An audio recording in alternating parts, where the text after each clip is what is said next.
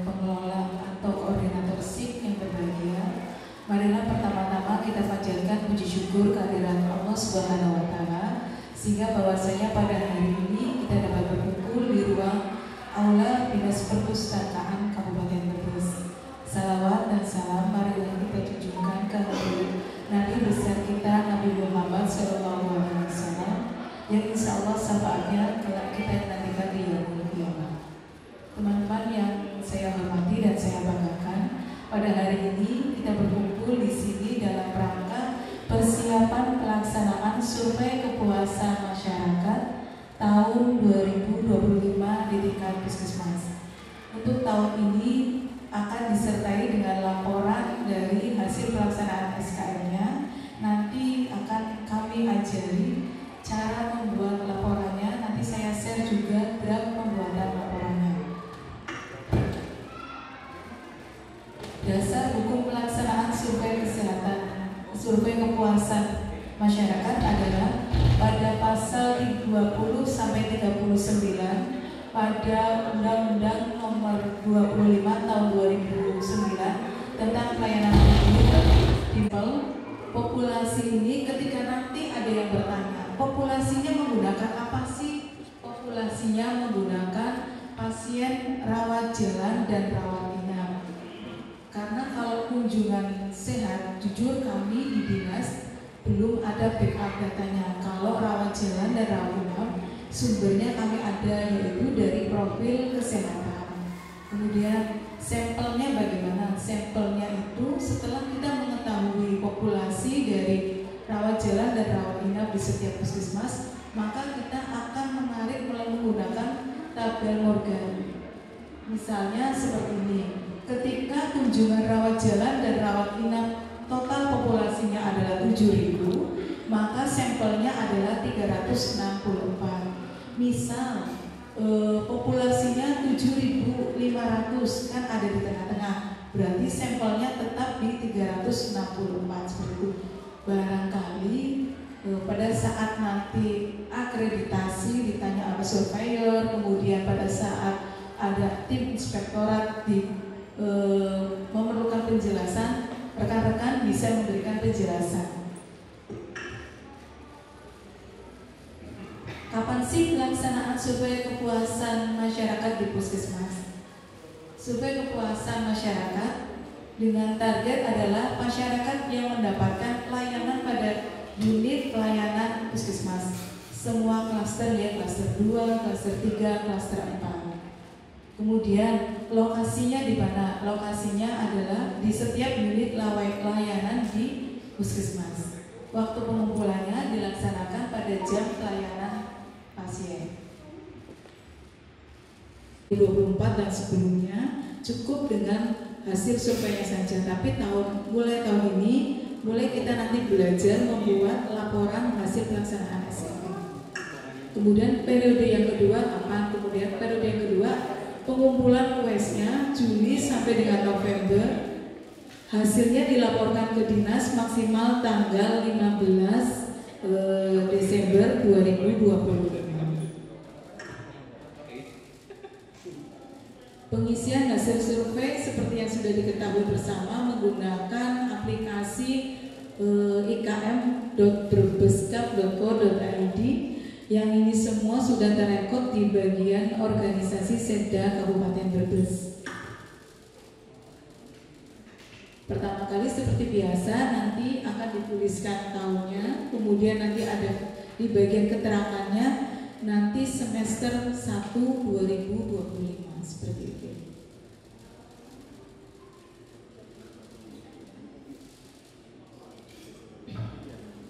Mengentrikan hasil SKM-nya pada ikon pendaftaran di ruang daftaran respondennya. Kemudian ketika sudah selesai mengentrikan, mungkin teman-teman juga sudah yang sudah senior ya mungkin sudah paham langkah-langkahnya, tapi mungkin yang baru saja mengikuti bisa melihat step by step langkahnya melalui PowerPoint ini. Penyusunannya sama di Juli 2025. Penentuan responden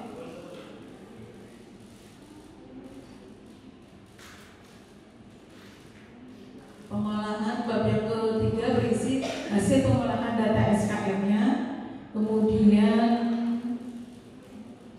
ada grafik-grafiknya juga hasil pengolahan. Bab 4 berisi analisis hasil SKM-nya. Dari analisis ini kita mencari apa sih yang terendah dan tertinggi dari hasil SKM tersebut, kita evaluasi. Dan ada rencana tindak lanjutnya. Pada laporan ini juga terdapat rencana tindak lanjut perbaikan pelaksanaan SKM yang memiliki nilai terendah. Ini trennya, nanti teman-teman juga membuat trennya. Ada di bab 5 yaitu kesimpulan. Kemudian disertakan juga jangan lupa foto-foto kegiatan SKM. Ada yang ingin menyampaikan? Mas.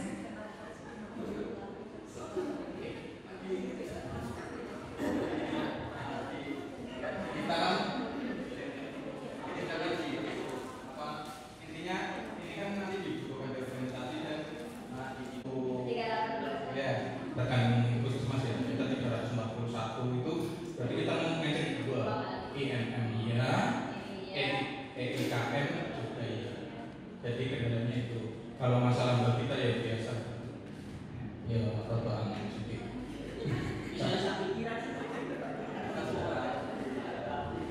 Paling itu ya apa ya? Nah, caranya gimana supaya IMM sama EIKM ini SKM ini satu kali entry tidak usah bisa keluar output 2 aplikasi.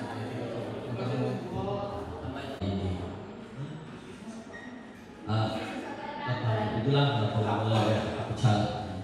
Nah, itu kan di situ terkadang si pasien itu kebanyakan yang tidak mengerti. Oh sama sih juga garap sendiri saja. Kadang-kadang ya yang nggak mengerti. Lalu sudah baik juga ya puskesmas.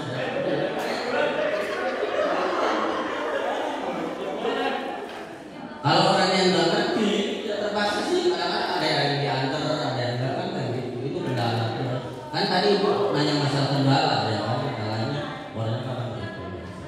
Ya saya tambah ya Pak. Kalau selama ini sih perhitungan untuk pembagian keuangannya itu bagaimana? Proporsinya kan dulu sempat tak bagi rata, dibagi rata, tapi ternyata nggak begitu cara menghitungnya. Jadi ada cara tersendiri juga. Kalau nggak salah itu pakai rumus kaji. Jadi nanti ketemu buat di ruang pemeriksaan umum berapa, di KIA berapa, KB berapa, itu Bang. Tapi kalau di standarnya sudah seperti itu. Tapi kalau teman-teman yang lain untuk dari BNM nggak tahu gimana.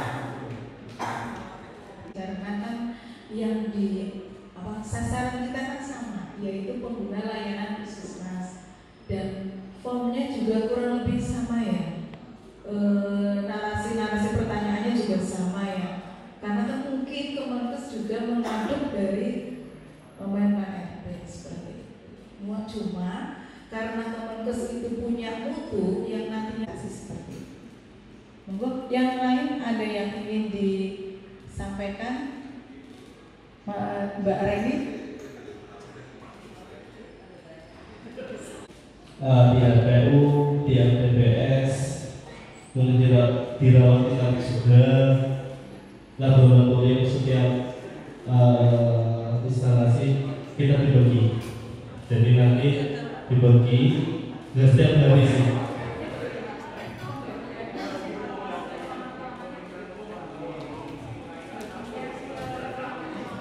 Untuk pembagian kita di petugasnya. Jadi nah ini kan kita ada 2 semester ya. Jadi 2 semester, misal kalau berapa lagi yang tahun 2025 379 kita bagi 2. Nah nanti berapa itu nanti saya belum ngitung ya. Intinya kita bagi. Jadi dari lab, terus rawat inap, konek, RPU, gigi itu semua kita bagi. Iya, siap. Jadi nanti alhamdulillah dari kementerian untuk saya sendiri itu ada dari kabupaten. Terus untuk yang ada lagi dari mutu yang begitu bahasa. Nanti pas diambilnya pas udah mau dimasukin yang mendekati untuk pelapor. Kalau pembagian misalkan rawat inap Polema itu mah kayak misalkan di ya proporsinya itu udah dihitung misalkan ini 50, jadi tergantung pas di banyak pasien yang dibagikannya lebih banyak. Jadi misalkan rawat inap 50, pada 50, tapi kalau emang lagi sedikit kan mungkin bisa dibalikin di sisi.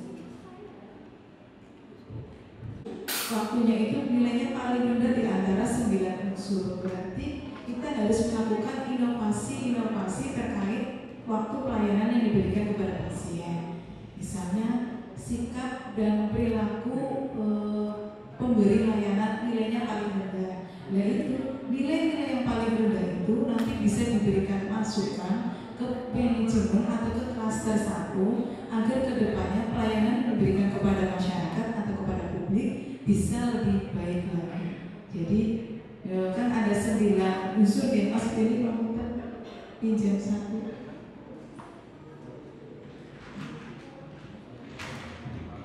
Di dalam kuesioner ini kan ada 9 unsur. Yang pertama tentang persyaratan, yang kedua tentang kemudahan prosedur, yang ketiga tentang kecepatan waktu pelayanan, kemudian tarif. Kalau tarif kan semuanya berarti gratis ya. Kalau yang berbayar itu biasanya yang dilakukan tindakan seperti lab atau bagaimana, atau melakukan lab tapi tetap gratis. Kalau di puskesmas bagaimana teman-teman? Kalau BPJS berarti gratis semuanya. Kalau di luar wilayah tapi pakai BPJS nggak bisa ya? Apa bisa Mas? Berarti free.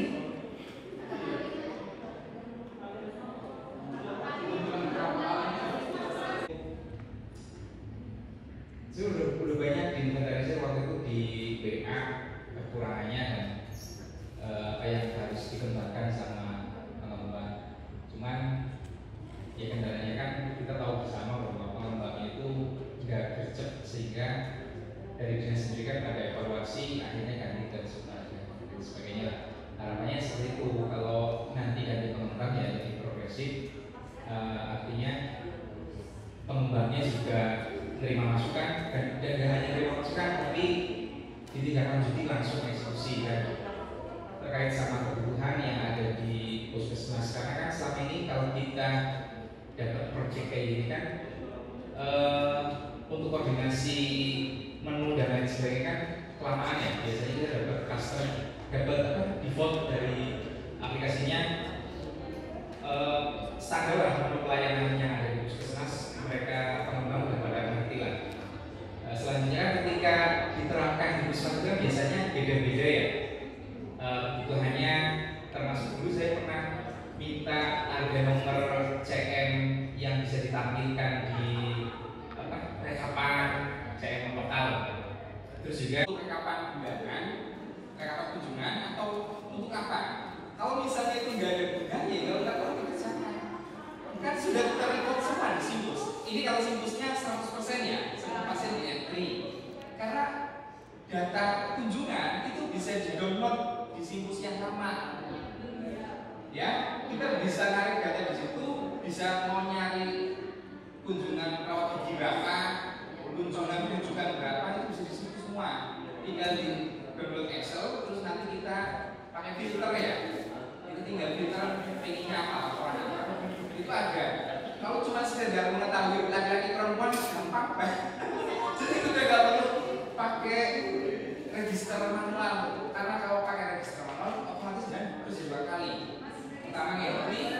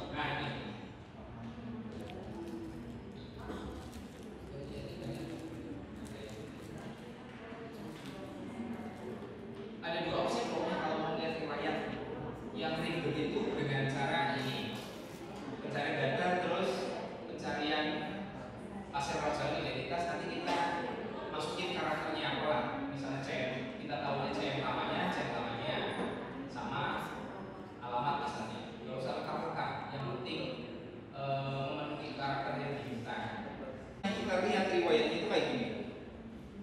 Satu-satu, lihatnya satu-satu mbak. Ini tanggal sekiannya, ini di bawahnya tanggal sekiannya. Ini udah muncul ya. Berarti ada 8 kali dia kunjungan Al-Baihaqi ya. Ini tergantung kita mau lihatnya tanggal berapa. Ini kalau mau lihat riwayat yang modelnya kayak gini. Iya, modelnya by apa?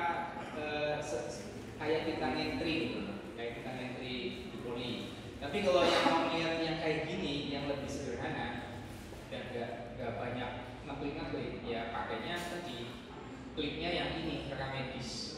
Klik, nanti muncul tab baru, dia isinya sudah gabungan semua kunjungan sampai kunjungan terakhir pasien. Lah kalau analisa kenapa saya akhirnya lepas dari catatan manual, karena buat saya catatan manual hanya butuh untuk rekap bulanan kunjungan, berapa bulan itu berapa ya kan kunjungannya, laki-laki perempuannya, caranya kayak gini. Nah itu pasien lama-lama baru nggak muncul mbak Santi. Itu waktu pernah saya tanyain ke pengembang tapi nggak ditolak. Jadi itu sebenarnya kan diminta di upaya kesehatan itu kan ada kunjungan lama kunjungan baru. Sebenarnya itu juga nggak mewakili karena kan yang diminta itu keseluruhan ya, ada desa juga ya. Kalau di Sipos data yang ditarik itu hanya yang gedung ya